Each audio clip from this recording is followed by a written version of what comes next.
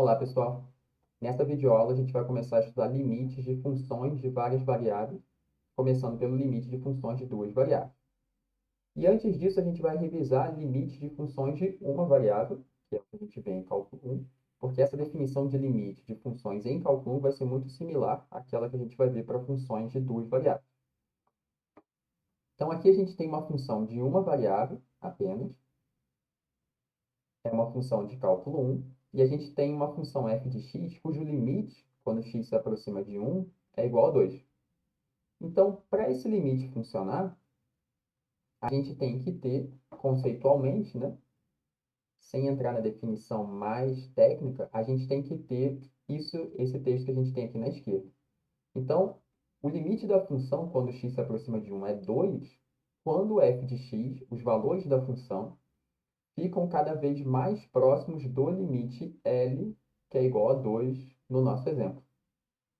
Então, a gente está dizendo aqui que a gente sempre consegue colocar f de x, os valores de f de x lá no eixo y, próximos de L igual a 2, desde que a gente considere lá no domínio pontos x que estejam suficientemente próximos, que estejam perto o suficiente de x0, que no nosso exemplo é igual a 1. Ou seja, longe do valor de x é igual a 1, os valores da função podem cair a princípio em qualquer lugar do eixo y. Mas se a gente escolher um valor de x próximo de x é igual a 1, os valores de f de x, lá na imagem, vão estar próximos do limite L igual a 2. Ou seja, vão cair dentro dessa margem de erro vermelhinho que a gente abriu em torno do limite L igual a 2.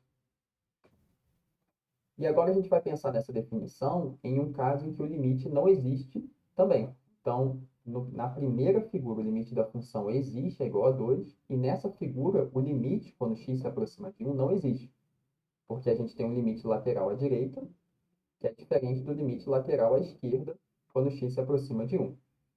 Então, a gente pode ver que a definição falha, nesse caso, porque a gente não consegue garantir que f de x caia sempre próximo do valor do limite L igual a 2.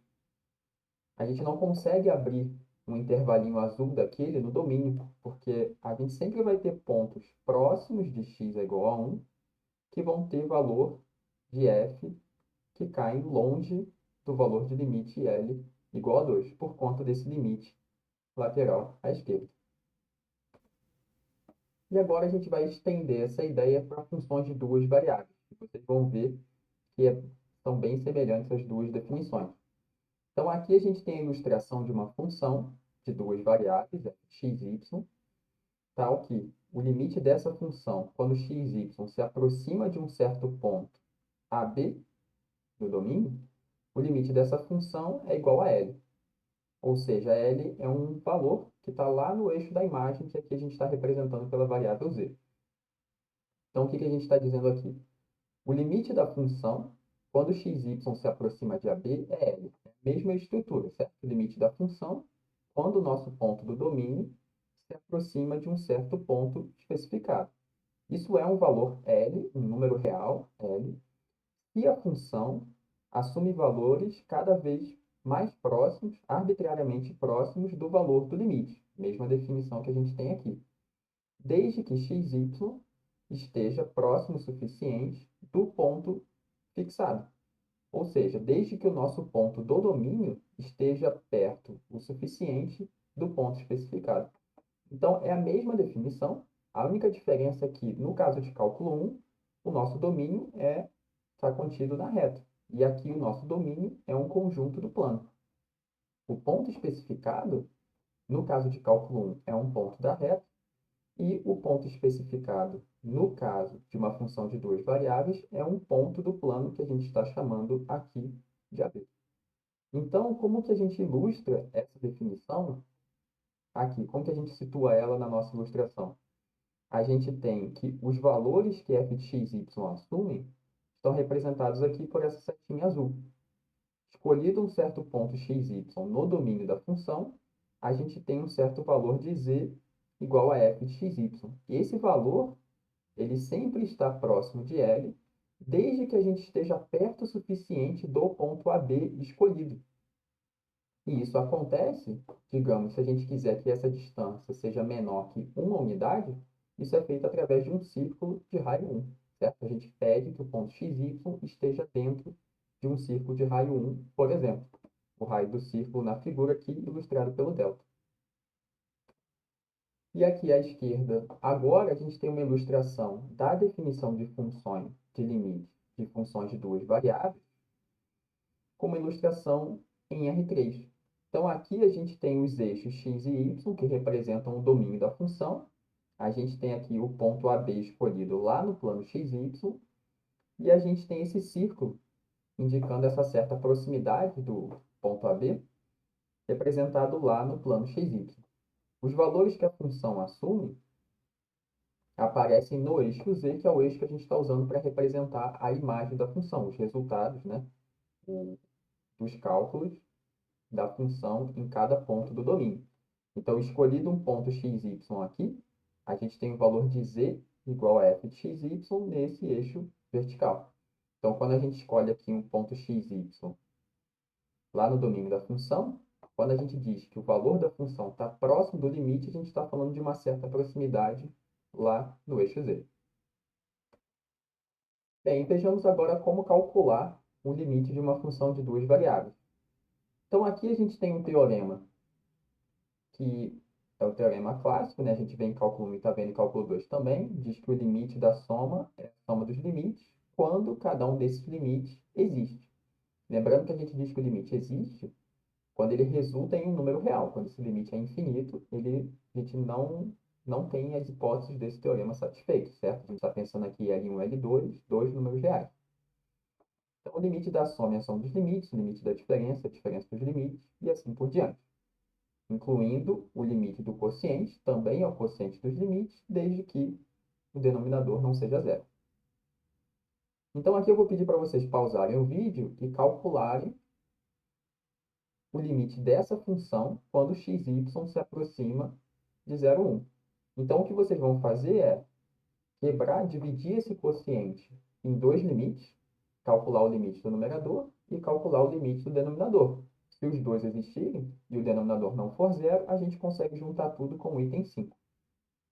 E dentro do numerador e dentro do denominador também, a gente pode separar cada um desses termos, calcular o limite de cada um desses bloquinhos separadamente e depois juntar com o limite da soma, o limite da diferença, certo?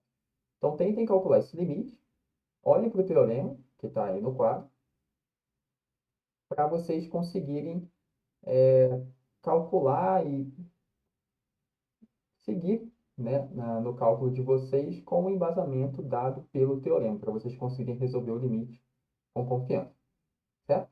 Então, pause o vídeo, tentem fazer isso e a gente já vai agora dar continuidade resolvendo o exemplo.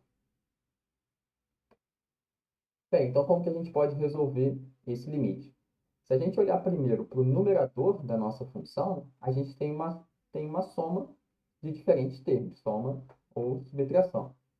E aqui a gente observa que quando xy se aproxima do ponto 0,1, a função x se aproxima de zero e a função y se aproxima de 1. Então, a gente tem aqui que o limite do primeiro termo é igual a zero. O último termo, 3, ele é constante, então ele tem limite 3. E aqui a gente tem o produto de dois limites que existem, 0 e 1. Pelo item 3, o limite do produto é o produto dos limites, sem problema. E a soma e a diferença dos limites é o resultado que a gente obtém no limite da soma e da diferença. Então, aqui a gente tem o limite 3. Aqui no denominador, a gente calcula esse limite igual a menos 1, usando o mesmo argumento. Aqui a gente pode enxergar x ao quadrado como x vezes x e usar o limite do produto. E a mesma coisa para y ao cubo, y vezes y vezes y, a gente também consegue usar o item 3 para calcular o limite do denominador. E agora, tendo o limite do numerador e do denominador, a gente consegue usar o item 5 do teorema, que diz que o limite do quociente é o quociente dos limites. Aqui a gente tem o denominador não nulo, sem problema nenhum. O limite vai ser igual a menos 3. Então, assim que a gente calcula limite, de um modo geral, a gente não vai dar tanta atenção ao cálculo de limite como a gente fez em cálculo 1, resolvendo indeterminações e tudo mais.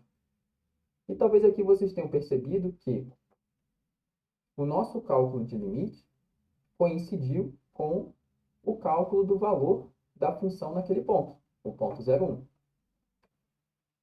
E, de fato, o valor do limite nesse caso é igual ao valor da função nesse ponto. E isso está relacionado com o conceito de continuidade da função que a gente vai ver daqui a pouco, numa próxima videoaula. Mas antes disso, a gente vai discutir um pouco melhor como que a gente pode provar que o limite não existe no caso de uma função de duas variáveis. Vai ser um pouquinho diferente do que a gente viu lá em cálculo 1.